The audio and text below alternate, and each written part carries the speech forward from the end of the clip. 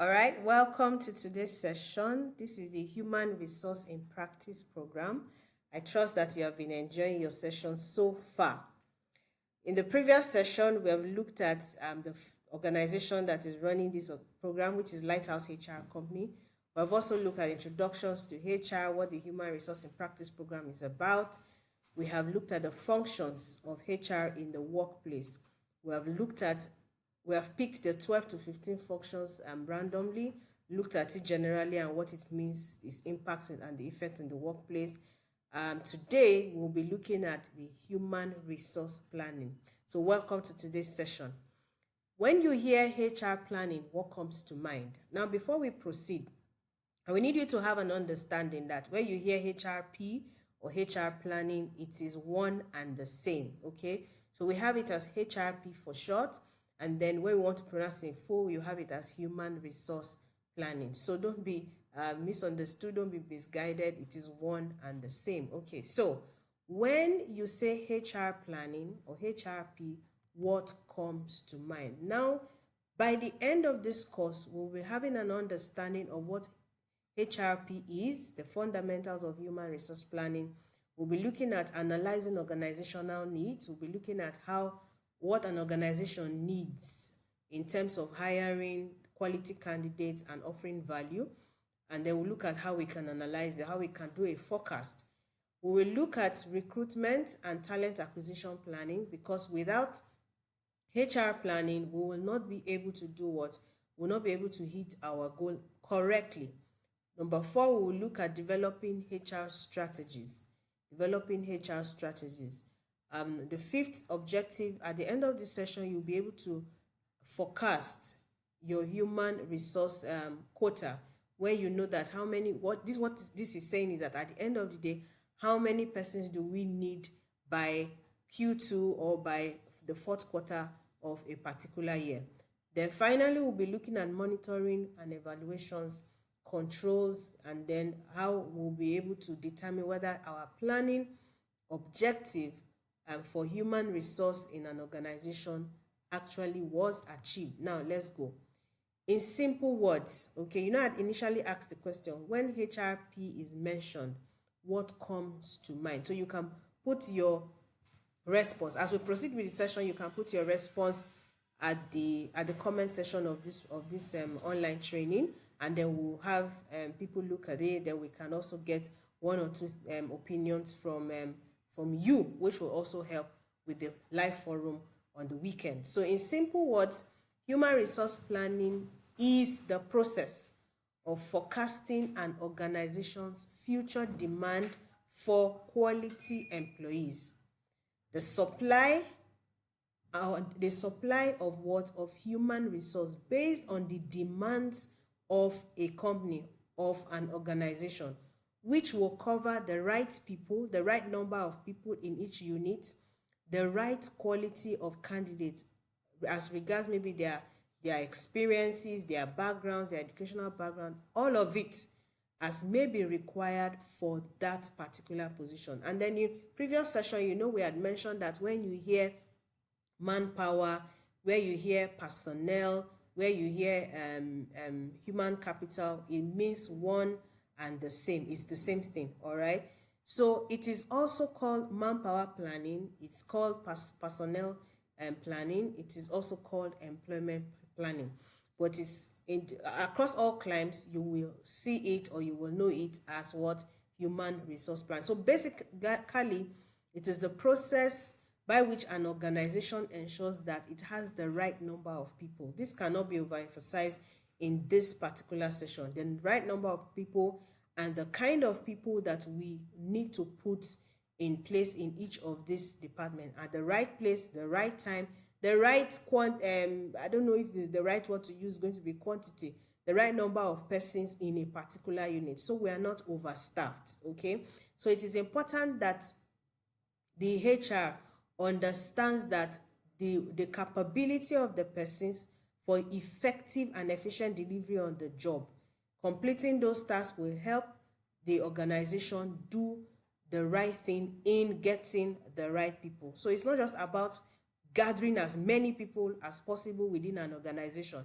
it is important that the HR understands that we need a specific number of persons to be in a particular unit. Now, after HRP has taken place, then we will be able to talk about proper recruitment and selection. If we want to wing it, any organization who has chosen to just wing it and do things anyhow will forfeit HR planning. We'll just realize that suddenly some people have resigned and suddenly we need to hire. But when there is a projection, when you know somebody is going to retire in a couple of years, in a couple of days, in a couple of months, not even days, months ahead, you have planned that personnel's replacement. Do we understand? Now, what is important about human resource planning? Why is HRP very critical, very important to the success of an organization? One, future personnel need. All right. Every organization must be able to identify its gap. What do we need in terms of staffing? How many staffs do we need per time? So you must not do your recruitment and selection process without first of all planning their arrival, without first of all ensuring that you understand what you need, what gaps have been identified. And this is where needs analysis comes into play. So you understand the future personnel need for your unit and for every department in that organization. In order to avoid surplus, I'd mentioned it already, or deficiency in staff strength. All right. If you have your human resource planning structure and strategy correctly placed within the organization, you will not suffer from staff surplus or you will not suffer from staff deficit. Okay. You will not be overstaffed. You will not be understaffed. You will have the correct and right staff strength required to take up the job, and your budget at the end of the day, your payroll at the end of the day will not suffer. So in order for you to understand your staff need, your personnel need, human resource planning is necessary. Number two, coping with change. HR planning enables an organization to cope with whatever change the economy might be pushing at that business. We'll consider competitive forces, maybe your competitors, what are they doing differently that is making it look like, all right, you need to push in more effort, empower your team, or bring in quality hands. What's the market trend saying? What's technology saying? Product and government regulations. So, for example, we're in Nigeria here, and so what will the federal government of Nigeria be saying about your industry? What policies are being pushed? What's the labor law saying about your space, about the workspace? And how is that change going to affect your people? So sometimes, in some cases, in order to cope with change, you have to engage the human resource planning function.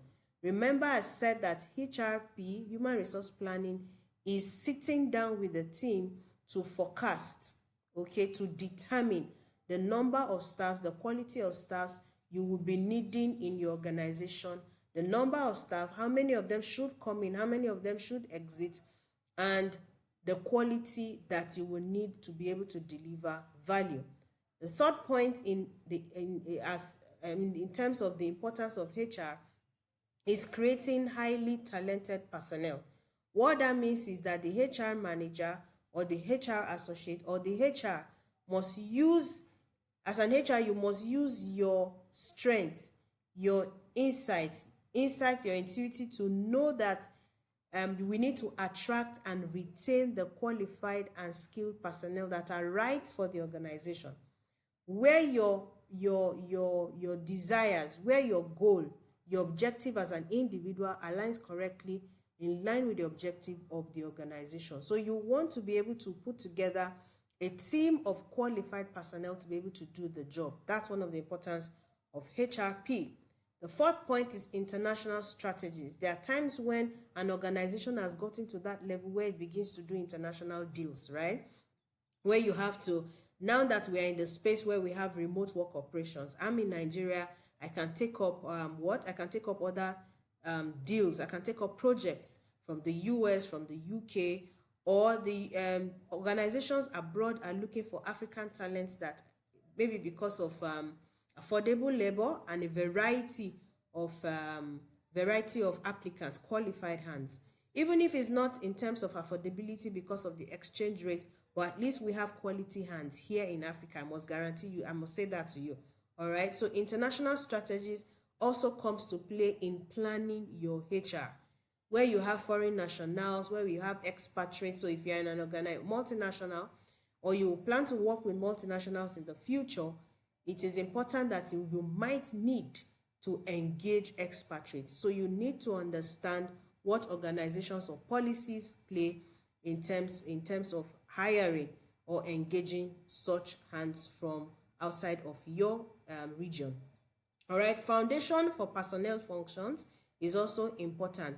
If you plan your HR properly, you'll be able to design, implement, recruit the right people, select the right people.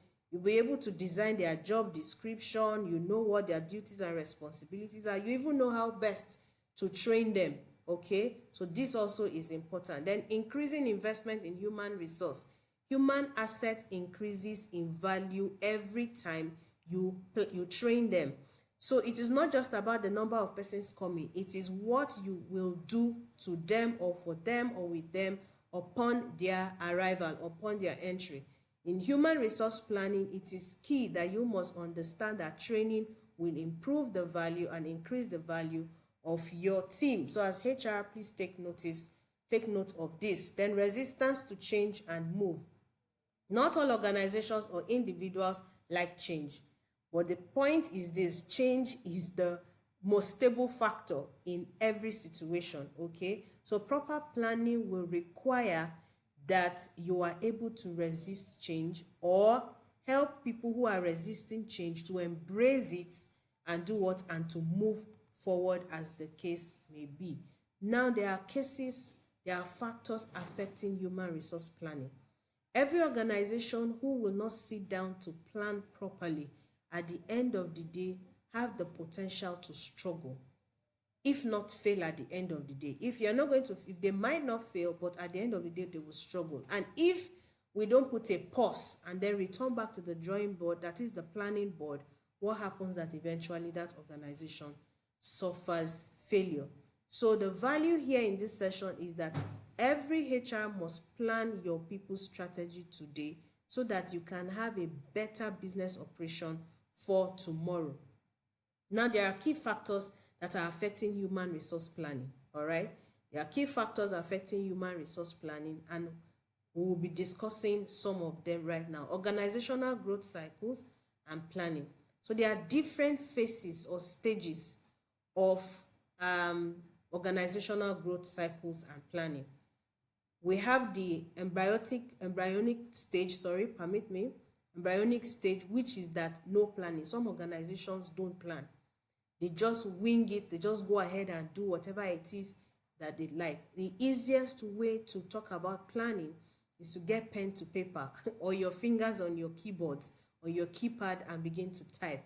Write down your thoughts, research on so many information, get all the data you can get to be able to have the required information for proper decision making. Some are in that stage that there is no planning stage. We don't plan, we just do it as it comes, all right? Now we get into the growth stage where HR forecasting is essential. HR forecasting is essential. I'd mentioned what forecasting is all about. So we have the maturity stage. Now let me go back. So it is okay it is not okay to plan, but it's okay to have an understanding that you are not planning. Now, when you get to the phase when you realize that, oh, we have not been planning our HR, we have just been doing things anyhow. Excuse me. We have just been doing things anyhow. We now come back to the drawing board and begin to do what? To plan. But having heard this knowledge, having gone through this training, it is important that as an HR, one day you will become a professional. You should be able to advise the executive leadership, if you are not already on that seat, that it is important for us to do what? To plan our HR ahead of every stage of recruitment. So we have the maturity stage where it has to do with planning, is more formalized and less flexible. Some organizations are in the growth stage where we just plan, we leverage our ability to be lean and then we leverage flexibility in our staff engagement. However, as an organization begins to grow and expand, it is critical to do what? It is critical to ensure that we have a more formalized structure as regards our HR planning process. Then we have the declining stage, which is planning for layoffs, all right, where the organization might not be making as much in order to maintain their staff strength and operational budget. There are times when layoffs will happen, where performance is not optimized, people are underperforming or not performing at all, layoffs might happen. Then we have retrenchment, people are of age and are about to leave. Okay, they have gotten to the age of retirement. HR planning is also important. Now let's consider another factor, which is environmental uncertainties. We've mentioned it already when we talk about where the government is making policies, local, state, federal government is making policies that might not be favorable to the environment, might not be favorable to the organization. So we have what is the political space talking about? The social and economic changes that might be a challenge in doing what? In ensuring that human resource planning comes to pass, or human resource planning happens. So we have balancing programs which are built into the human resource program through essential planning, promotional channel, layoffs, flexible times, job sharing, and retirement. So environmental uncertainties also might require us to plan and also might affect our planning. So we might decide that this is exactly what we want to do at the beginning of the year, all right, or at the end of the previous year towards a new year, and then an environmental factor comes to play, and then we have to make adjustment. But it is better to plan and these environmental uncertainties happen so that we can do what we can make adjustments than not planning at all. Then time horizon. I mentioned about people in the diaspora coming to take up, employ quality talents here in Africa. If you are doing business if the organization you are working with is in the US and you are in Nigeria or you are in Africa, the beautiful thing is that West African time zones is different from other climes. So what do you look at? You also plan for short term and for the long term, considering certain time zones. Now, there are types and quality of forecasting information is also a factor that impacts on the human resource planning. What type of information are you using to plan? What data do you currently have? What information or data should you have or should you use that will help you in determining the number of candidates or applicants or that you will take up, as well as the number of employees you'll be engaging part-time? Then the nature of the jobs that are being filled. All right, when you are hiring for top executive, it's not so much, you don't need so much the number of applicants. You only need to get, some organizations will even go ahead as to poach from other businesses to get their people, to get other people's staff on their team. Why? Because of that particular cadre they are trying to fill, the level of management they are likely to fill. So the nature of business being filled will determine what kind of planning you will put into this. What kind of managerial staff do I need? Is it just do we just need artisans to take up this role? Do we need part-time employees or for this role? Do we need permanent staffing for this role? Am I filling those for middle management, entry level, new hires, junior level, or even up to board of directors? Okay, so that is important. You might not be able to be in the position for now to execute in that position. However, we know we are growing there. We also talked about time zones already, so it is important that all of this takes place. Now, what is the importance of HR human resource planning? From this perspective, we will look at the future personnel needs. I've mentioned that already in summary. We look at the coping mechanisms for change, both internally and externally. All right. Technology has been a major issue for doing business across the globe. As much as it's an issue for some people, so for some organizations, on the other hand, have been able to leverage technology to scale. All right.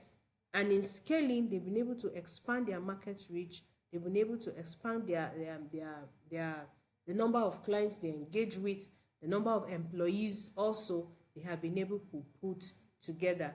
Then also I need to remind you so far that having to plan will be able to get you the kind of quality candidates that you need. Now, their organization, so I speak with a lot of employees and employers especially, where they complain, oh, I don't like the quality that the quality candidate employees, sorry, that I have. My employees did this, they are not up to what I had in mind. They are not delivering on the job, they are not proactive, they wait for me to be able to take initiative. And I start asking the employer this critical question: when you were taking up the process of recruitment, what plans did you have put down? What structures are you following? What forecast or projections have you put in place to be able to serve as a roadmap to getting the kind of quality hands you have? Now, time also is of essence. Some people just wake up and tomorrow they realize they need new staffs. But if you sit down and you plan your human resource, you have months ahead to make these decisions. You have months ahead to take your time to getting the best of candidates. What happens is that you will get you will get the best of hands. But if we have to suddenly realize that there is a gap that needs to be filled, and you need that gap filled within 24 hours without necessarily going through the process of engaging each candidate at different timelines, different scenarios, we will come back to what? Square one. Now let's look at the organizational environment. The organizational environment, which will require both internal environment as much as what? The external environment. The organizational environment considers the policies within the organization and the objective of this organization. So in terms of HR planning, you need to understand what the organizational objectives are based on. What's that business about? What are they gunning for? All right. The business, the organization, the company you are working with, what are our objectives? What is the big picture? You must understand this. Once you have an understanding of this, you will know how best to plan your team. The role of human resource planning cannot be overemphasized. Okay, it rests strongly upon the overall objective of the organization to ensure that you have the kind of candidates you are looking for are available and can be utilized. Because you need to understand, as HR, one thing is getting quality hands on your team in that business, in that company. At the end of the day, you are not able to maximize them or keep them excited. So HR, you must understand that aside just knowing that these people are available, this HR, human resource capital, are available, the point is that can your organization utilize them? Can you keep them excited? Can you keep them for another 5 years, another 7 years, another 10 years? Let them grow through their career trajectory, their career journey within your organization, and they have fun doing that. All right. So you must know that this is important to the human resource planning process. So in developing all of these objectives for the organization, you must understand what specific policies is needed in the planning process. And these are the kind of questions you should consider when you are planning. Are vacancies to be filled from promotions from within the organization, or we need to hire somewhere else? All right. This question also can help you in developing policy. When we get to policy formulation, these questions also will help you to develop proper policies in terms of HR planning and recruitment. So you're asking questions like, when somebody is promoted, okay, do we need to fill this position from within, meaning that do we need to promote somebody to take up the role, or do we need to hire from outside? How do training and development objectives interfere with the planning objectives? As I said, your planning, the reason for your human resource planning must also align with the objectives of the organization. The training and the development programs that you have, or the objectives that you have, must also do what? Align with the objectives of what? Of the organization. Okay, you cannot but determine all of this at a go. All right. Now, what union or association will serve as a constraint to counter your planning processes? What policies you need to be able to handle such constraint? Now, when you are planning, there's the possibility that you will experience some hitch. Okay, somehow you will get maybe a something, or a situation, or a statement, or a policy, or a law within labor that will constrain you from setting certain policies or structures in place, especially when you are planning. So in the planning process, okay, you will be able to deal with all of these constraints ahead of your recruitment, your training and development, or your employee engagement, as it were. Now, how do you want to enrich your employees? How can you keep them excited? What kind of job will you be able to give them so that they don't take boring jobs and then they continue to grumble, they continue to lose interest, and their morale is going low because they have not been able to maintain that excitement within the workplace? Every employer wants their employees excited, happy to come to the office, happy to deliver on the job. A happy employee or team member is one, I must tell you, who is able to deliver optimally on the job. Then how to downsize the organization to make it more competitive? So there are times when, because planning did not happen initially, or somehow we just wanted to fill the quota within the organization, we were overstaffed. Now we are not able to spread our other resources across other departments because we need to ensure that the payroll is sustained, and then the company is either dying or is stagnant, is not growing. There are cases where you will need to plan the downsizing of your staff strength. So please bear this in mind. Now, HR demand forecast. In human resource planning, forecast is required. Demand forecasting, meaning that what's our need? What do we need? Demand forecasting is the process of eliminating the future quantity and quality of people required. All right. You already know the number of persons. When you are planning, you know you need just 10 people across 2 or 3 departments. Now you have over 100 applicants. You have narrowed the role. All right, you have narrowed the role. Now you are already in recruitment and selection. With your planning abilities or processes, you'll be able to narrow the role to 50. You will put the next best 50, maybe in your DB, in your database for your talent pool. And then out of this 50, you are only looking for 10.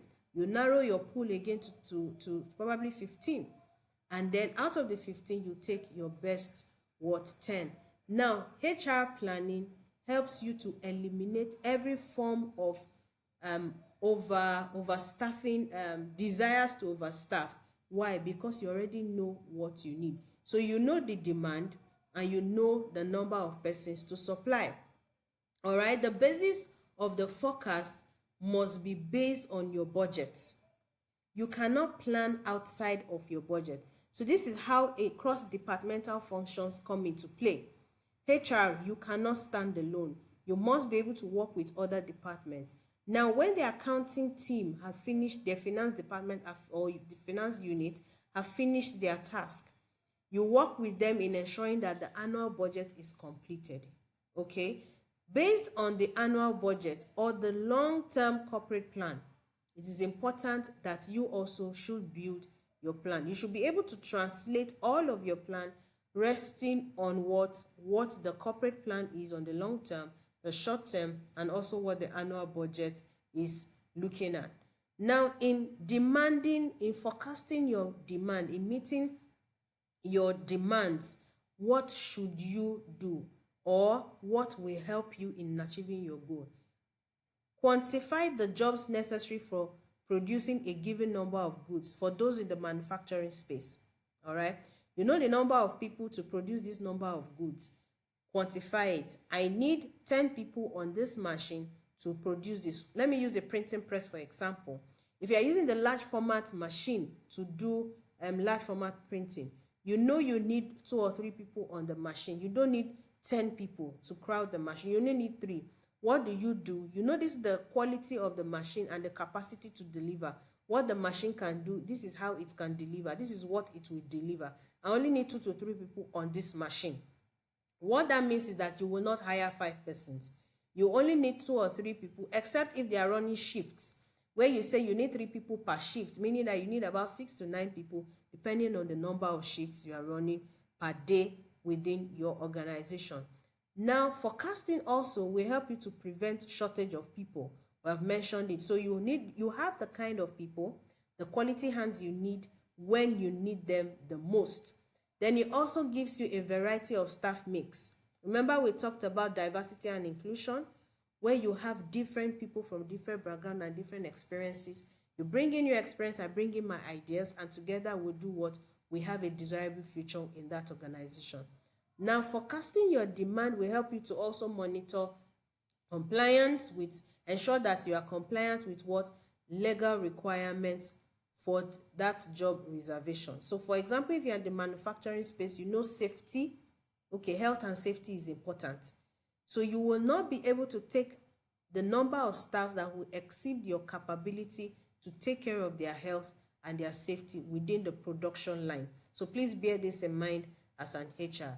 You'll be able to assess appropriate staffing levels at different parts of the organization to avoid unnecessary cost, which is important. Remember, we talked about in the beginning that you must work with the finance team as regards the annual budget or the long-term plan. Now, in forecasting for your demand, you must consider both internal factors and external factors. Internal factors, we have mentioned it. How much are we going to be spending on this? What's the budget saying? What's our corporate plan, long-term and short-term plan? For external factors, we are looking at policies of the government, policies of external policies, economy, political leadership, governance. What is the government saying about your space? You must also consider that. Then amongst external factors also, we'll be looking at foreign policies, like the exchange rates, okay? Naira to dollar, naira to pounds. What's the exchange rate? How does it impact on us?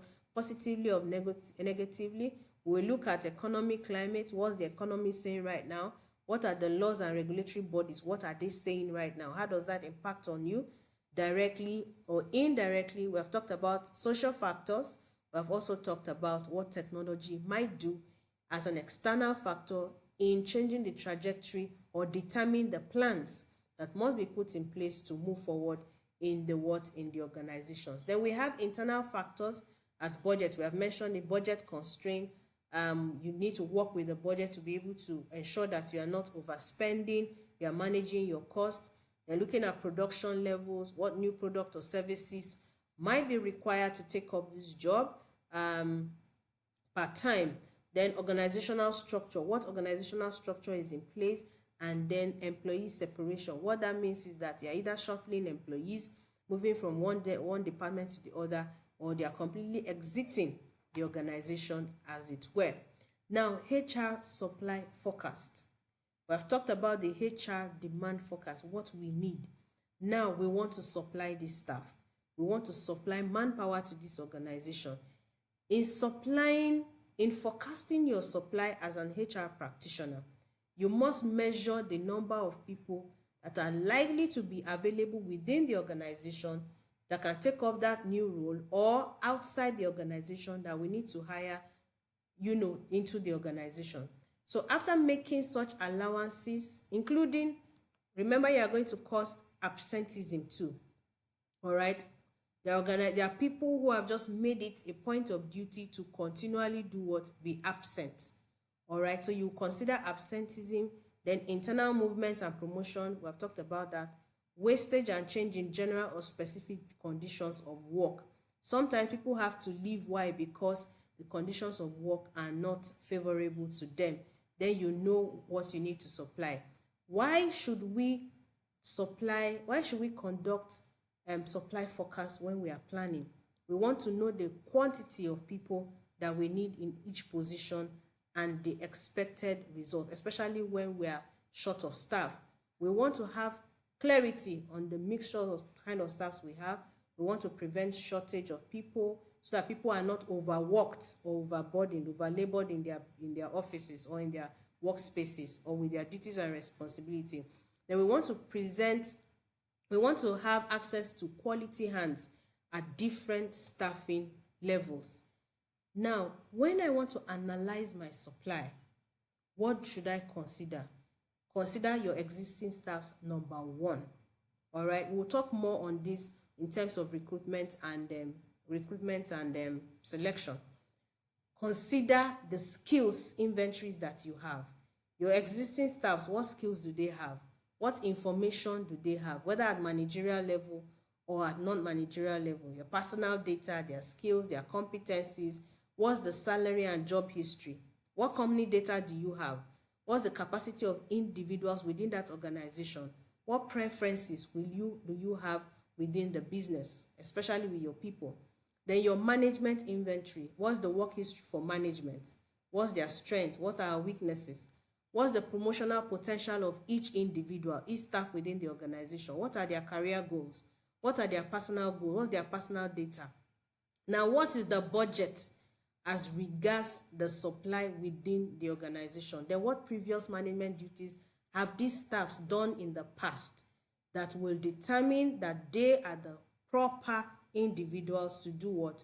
To take up a new role. Then you look at internal sources of supply, inflows and outflows. What's your rate of turnover? Turnover means the number of persons that come in and go out of the organization. What's the number of separation in a particular year? What's your average number of employees during a particular year? So you look at it. What are the conditions of work? What's the rate of absenteeism? You must consider this as the key information, one of the key information or data required to make internal supply analysis. What is the productivity level at each management cadre and each individual? Then movement among jobs. There are some organizations that they hire you at maybe a shopping floor, but within a year you have moved 2 to 3 times. Some organizations do that because of short staff. When we are short of staff, some will do that because they want their team to be able to take up different roles at different time as the need may be required. Then what external sources should you consider? New blood, new experiences, new people who will bring in new ideas, who will be able to bring in new ways of doing business or executing their tasks and duties within the organization, which is also comes highly recommended, all right? Especially when the organization is not able to get such people within their internal supply. Then to replenish old personnel, people who are leaving, people who are of age, or people who have stayed too long and become redundant. You want to let them go if they are unwilling to up their game even after personal training and development, right? So you bring in new people from other clients. Then organizational growth and diversification is also very key. The organization cannot remain at a spot. It must grow. It must be able to diversify. And when it is growing and diversifying, what that means, it also does what? It needs new hands. Now, what focusing technique do I need? What focusing technique do I need? All right, so what we will do right now, we will look at focusing technique in the next session. Thank you very much and enjoy your program.